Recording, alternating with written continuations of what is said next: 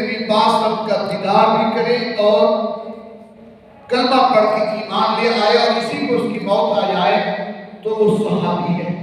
سبحان اللہ۔ اور اس کا مقام مرتبہ یہ ہے کہ دنیا کے تمام اقطاب، تمام غوث، ابدال، اولیاء اللہ، متقی، زاہد اور جتنے بھی دنیا کے انسان ہیں عبادت کرنا شروع کر دیں، حضرات صحابہ کرام کا مقابلہ نہیں ہو سکتا۔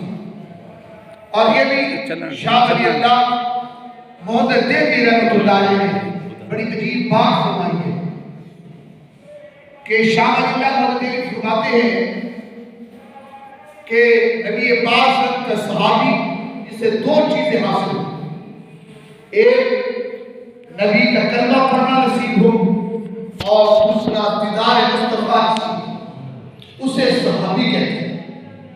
صحابہ کی عظمت، مقام، مرتبہ اتنا بلند و بالا ہے کہ یہ شخصیات تاریخی شخصیات میں ہوتی، یہ قرآنی شخصیات ہوتی۔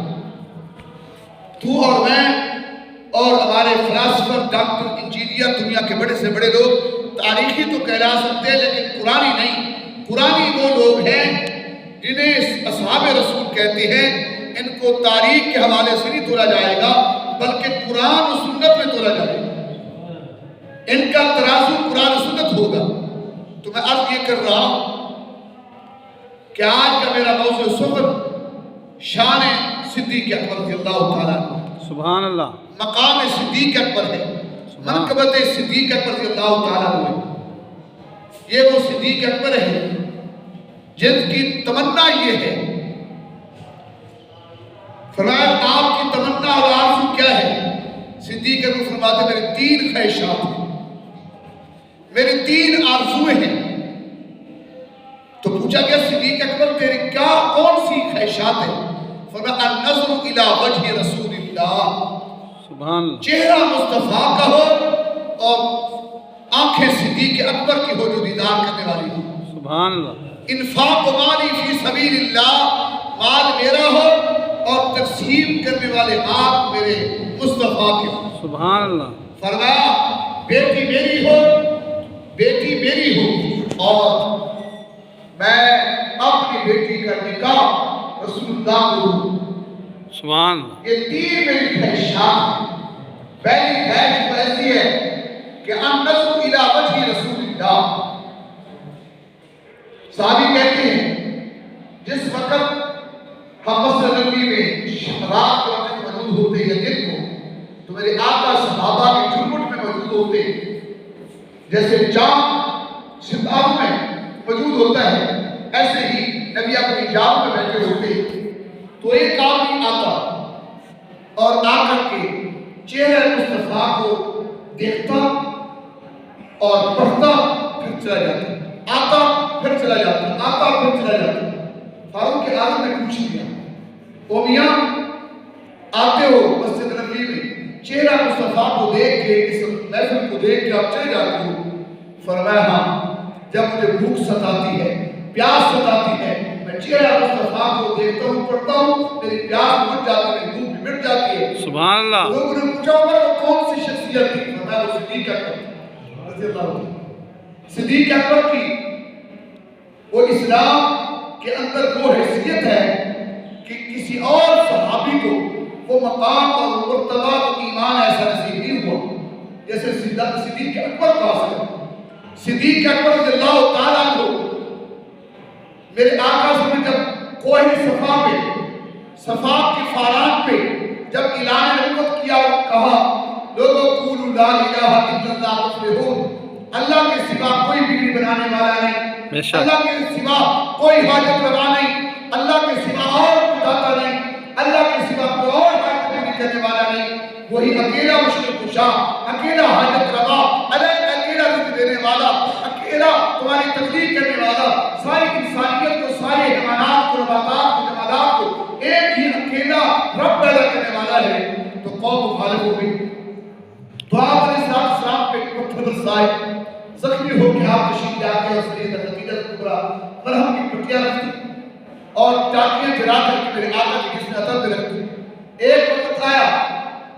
کہ میرے آپ کے آقا نے بیت اللہ کی طرف مکہ کی چوک میں آ کر کے جب اعلان توحید کیا ہے اور یہی دعوت دی ہے، یہی دعوت فکر دی، تو قوم ٹوٹ پڑی. آپ علیہ السلام کے جسم کو چھلنی اور لو لحاظ کر رہی تھی. ایک شخص دوڑ آیا، دوڑ کر کے نمک پر آ کر کے اپنی جان اوپر کر دی، جسم اوپر کر دیا. اور صدیق اکبر نے یوں کیا کہ اوپر دائیں بائیں ہاتھ اور پیچھے اپنی ٹانگیں کر کے میرے حضور کے اوپر لیٹ گئے. یعنی آقا کے جسم کو ٹچ بھی نہیں کیا اور ہاتھ پاؤں آگے پیچھے کر کے وہ مارتے رہے، وہ پیٹتے رہے میرے آقا صلی اللہ علیہ وسلم کے اس یاد کو، تاکہ محمد صلی اللہ علیہ وسلم سے ہٹ جائے اور آقا علیہ السلام کو مارے پیٹے. لیکن صدیق نے سارا مسائل، ساری تکلیفیں، ساری ان کی بربریت، سارا ظلم سہتے رہے. جب بے ہوش ہو گئے تو قوم نے آ کر کو اٹھا کے گھر لے گئے. 3 دن تک ہوش نہیں آئی. اللہ اکبر.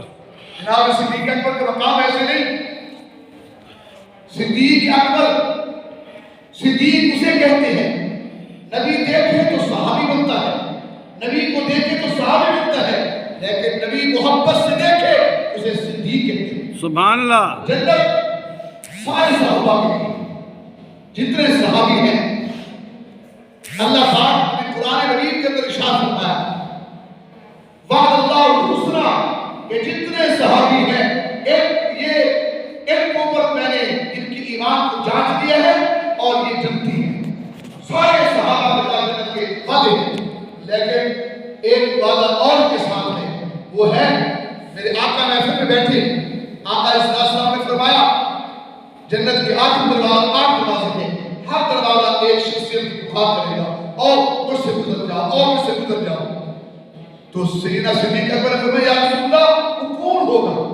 فرمایا ہاں وہ کون ہوگا؟ وہ انت صدیق الصدیق تو ہوگا. سبحان اللہ. ایمان کی کیفیت دیکھیں کہ 3 دن کی بےہوشی کے بعد ان کے والدین، ان کی والد اور والدہ اور گھر والے ان کو دودھ پیش کرتے ہیں، وہ نہیں پیتے. ان کو شہد دیتے ہیں، وہ نہیں کھاتے. ان کو کھانا دیتے ہیں، وہ نہیں کھاتے. وہ کہتے ہیں کیوں نہیں کھاتے؟ فرمایا جب تک دیدار مصطفیٰ کی نہیں ہوتا اس وقت تک میں کھانا نہیں کھاؤں گا، اس وقت تک میں پانی نہیں پیوں گا. اس کو ایک انگریز برٹش نے لکھا ہے کہ اس کی یہ ایمان کسی اور صحابی کو نہیں ہے جو ایمان کی کیفیت صدیق اکبر پاس ہے. سبحان. اور یار جب تک آقا کا دیدار نہیں کر لیا اس وقت تک صدیق نے کچھ نہیں کھایا. حضور فرماتے لوگوں میں ساری کائنات کا محسن اور قرآن کہتا ہے لقد من اللہ علی المؤمنین اذ بعث فیہم رسولا. البتہ اس بات میں کوئی شک نہیں من اللہ کہ ہم نے احسان کیا کہ ہم نے اپنا محبوب تمہیں دیا.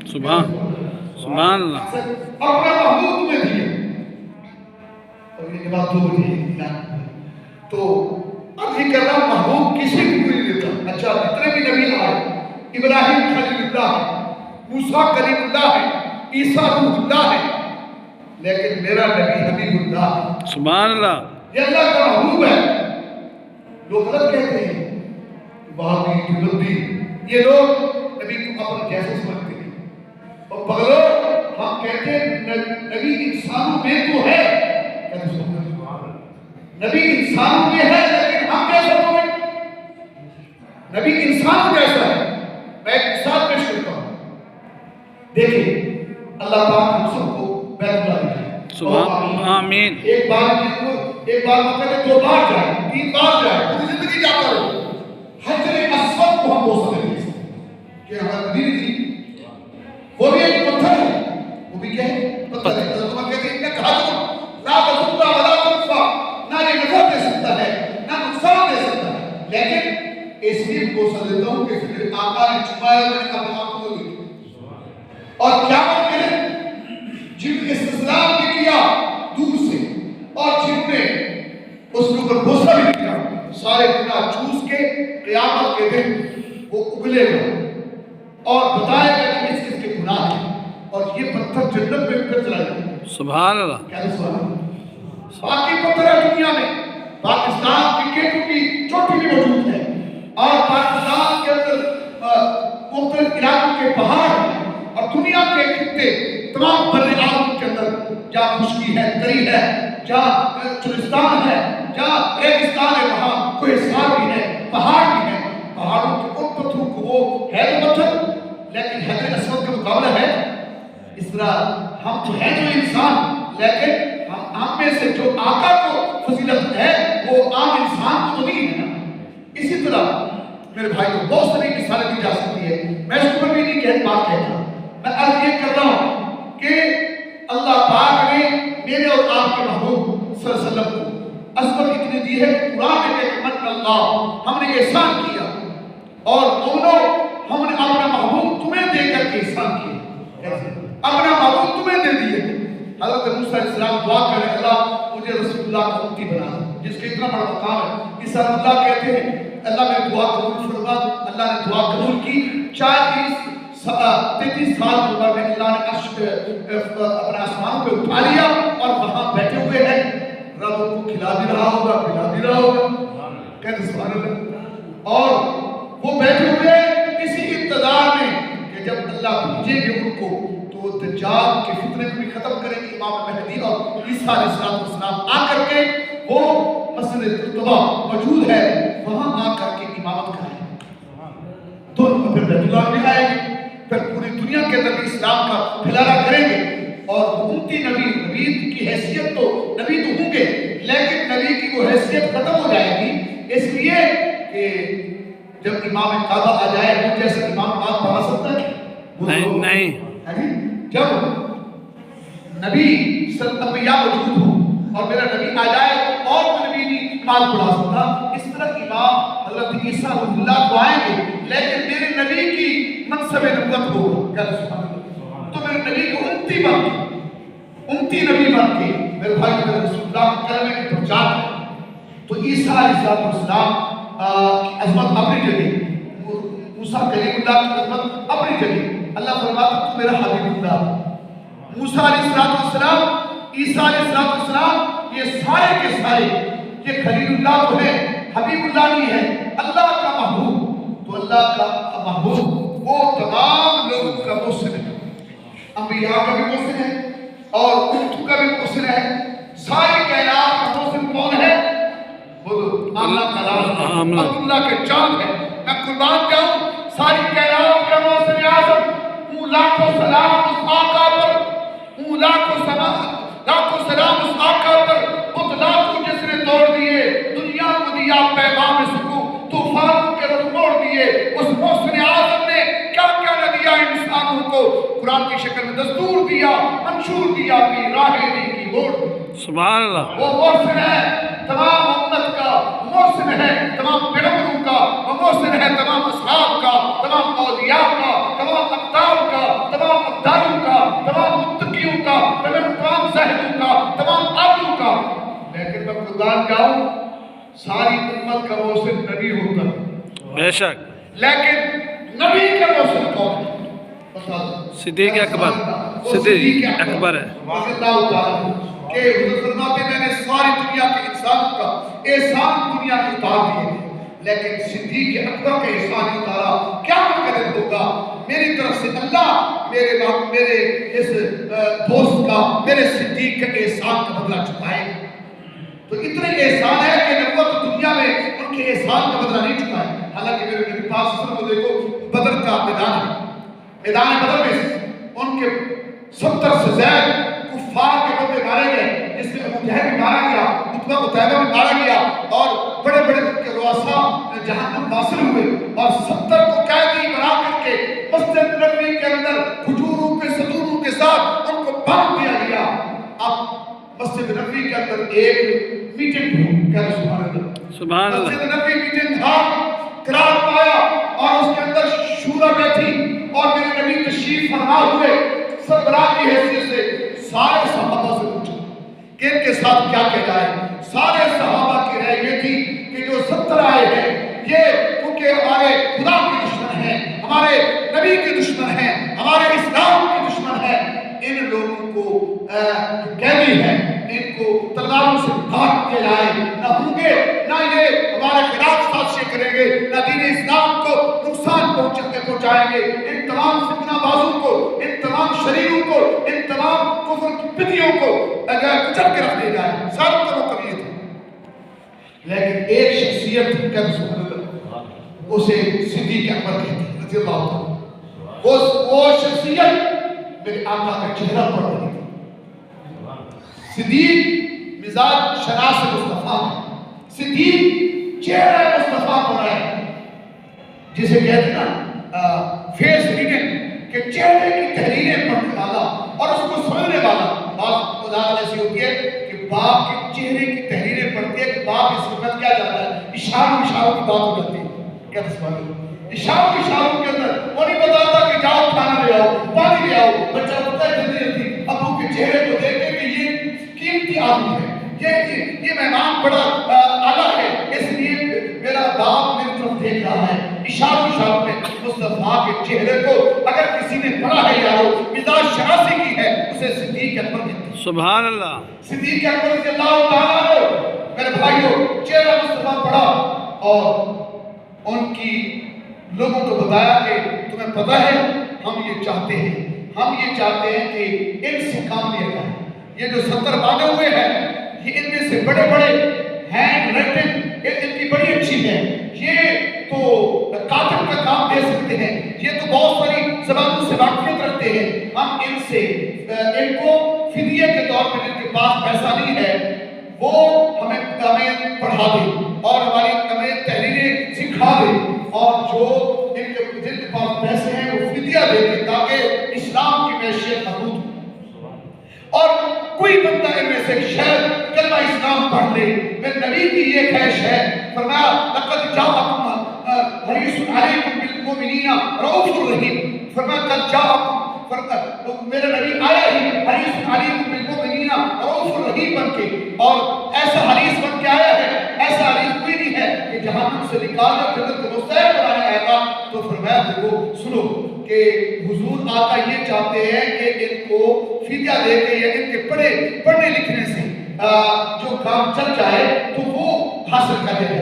چنانچہ ایسے ہوا، میرے یہ قرآن کی آیت اتری، اس وقت ایت نہیں اتری تھی، ما کان النبی ان یکون لہ اسرا حتی یسکن فی الارض تریدون عرض الدنیا واللہ یرید الآخرہ واللہ عزیز الحکیم، کہ جو لوگ صحابہ تیرے بابو تیرے صحابہ کی رائے ہے، فاروق اعظم کی رائے ہے، یہ رائے میری بھی آسو یہ ہے کہ کفر کا کوئی بندہ نہ بچے، اور جو جس کو میں اسلام کی دعوت دی ہے انہیں نہیں مانی ہے ان کا سر قلم کر دے رہا ہے۔ لیکن کیونکہ حضور کا فیصلہ صدیق اکبر نے چہرہ مصطفیٰ پڑھ کے پیش کر دیا تھا، تو اللہ کے نبی پاک صلی اللہ علیہ وسلم نے یہ فیصلہ کر دیا کہ بدر کے اندر جو لوگ قیدی ہیں یہ ہمارے صحابہ کو پڑھائیں اور سکھائیں، یہ ان کا فدیہ ہو۔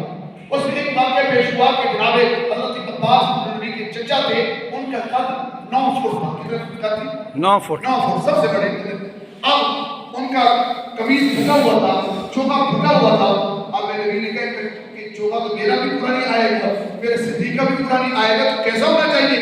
تو عبداللہ بن ابی رئیس المنافقین، جو ہر وقت نبی کے دور میں اور نبی کے صحابہ اور آپ علیہ السلام کی اہل بیت اور ازواج مطہرات اور اس کے خلاف سرشک کرتا رہا ہے اور ہر موقع پہ دھوکہ دیا ہے، تو میرے نبی پاک صلی اللہ علیہ وسلم کو وہ چوگا اٹھا کر کے اس نے دیا اور اپنا چوگا اس کا کھانا بڑا تھا، تو حضرت عباس کو پہنایا گیا۔ تو جب یہ عبداللہ بن ابی فوت ہوا تو میرے نبی ان کے جنازے کے لیے جا رہے تھے، اور جنازے کے لیے جب جانے لگے تو فاروق اعظم نے یا رسول اللہ صحابہ نے کہا یہ تو ہر وقت دھوکہ دیتا رہتا ہے، ایک نبی چلے گئے، اور نبی پاک صلی اللہ علیہ وسلم نے وہاں جا کر اس کی نماز جنازہ بھی پڑھائی اور کرتا اپنا اٹھایا اور اس کے کفن کے اوپر دے دیا۔ صحابہ حیران کہ ایسا نبی رحمت صلی اللہ علیہ وسلم پتہ بھی ہے کہ پوری زندگی اس نے اسلام کے ساتھ منافقت کی ہے، دھوکہ دیا ہے، پھر بھی تو حضور سے پوچھا کہ یہ کیوں؟ آقا صلی اللہ علیہ وسلم آپ تو نماز جنازہ کی نماز مجھے تو ایک اس کا بیٹا صحابی تھا، اس نے بلایا، دوسرا میں اپنے چچا کا بدلہ دینے کے لیے میں نے چوبا ان کو دے دیا، مجھے بھی بدر کے موقع پہ اس نے میرے چچا کو وہ کرتا دیا تھا، میں اب اس کے احسان کا بدلہ میں یہاں دنیا میں چکا ہوں۔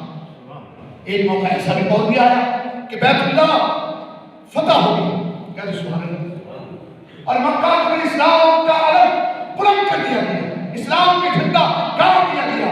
اب وہاں 3 کام ہوئے، تو بیت اللہ میں آ جائے جو کافر ہے تو ان کو بھی پناہ دیتے ہیں، جو اپنے گھر دروازہ بند کر لے مکان کا تو ان کو پناہ دے دی جائے گی، ان کو سیکھ آ جائے گا۔ جو دار ابو سفیان، جو ابو سفیان نبی کا اصلی اپنی دشمن اور سپاسداری کرتا رہا اور مکہ کا رئیس تھا، مکہ کا سردار تھا، بدر کی جنگ، احد کی جنگ، آزاد کی جنگ، جتنی چیزیں لڑی گئی اس کا سربراہ ابو سفیان تھا، وہ مال دولت میں بہت زیادہ تھا، سارے کام اس کے پیچھے تھے، تو کلمہ تو اس نے بھی پڑھ لیا فتح مکہ کے موقع پہ، لیکن حضور آقا صلی اللہ علیہ وسلم کے صحابہ حیران ہو گئے کہ بیت اللہ تو سمجھ آتا ہے کہ اللہ کے گھر ہے، دخل حکام آمینہ، پھر اس کے اندر آ جائے اس کو امن، اور جو اپنے گھر میں چھپ کے بیٹھ جائے تو چھپے ہوئے تو بابا یہ تو بازی بھی نہیں ہے، یہ تو طاقت توازن کے خلاف ہے، یہ بھی مانا جا سکتا ہے، لیکن دار ابو سفیان کو جو فرماتے ہیں میرے کوئی سے بات باتیں پہ اعلان خود کیا مجھے مکہ کی گلیوں میں دعوت دیتا پھر رہا تھا، مجھے ایک دن ابو سفیان کے گھر کے مکان کی چوک کے قریب کافر نے مارنا شروع کیا، تو میرا یہی چچا، یعنی ابو سفیان کو چچا کہتے ہیں رومیہ سے تھے، اور کہنے لگے یہ چچا آیا ابو سفیان اور اس نے مجھے چھڑا کر گھر بنا دی تھی، میں محمد آج اس وقت کر چکا ہوں۔ سبحان اللہ۔ جو انسان کافروں کے بدلے اور کافروں کی ہوئی باتیں کا بدلہ دے رہے ہیں، لیکن صدیق کے لیے کہہ رہے ہیں صدیق اکبر تو اتنا احسان کے اسلام پر تیری ساری دولت اسلام پہ لگی ہے، تو نے اپنی چہتی بیٹی مجھے دی ہے اور اس نے میرے لیے سارا کچھ نے مسائل برداشت کیے ہیں، قیامت کے دن ساروں کا بدلہ اللہ میں دنیا میں بدلہ دے چکا ہوں اور تیرا بدلہ قیامت کے دن تیرے تمام احسان کا میرا رب دے گا، ساری کائنات کا میں محسن ہوں اور تو میرا محسن ہے۔ تو انشاءاللہ اللہ تعالیٰ محمد کی توفیق نصیب فرمائے، صدیق اکبر کو بیانات میں چلے گی، اللہ پاک ہم سب کا آمین آسلو، یہ ساتھ میں سنتے نہیں پڑی۔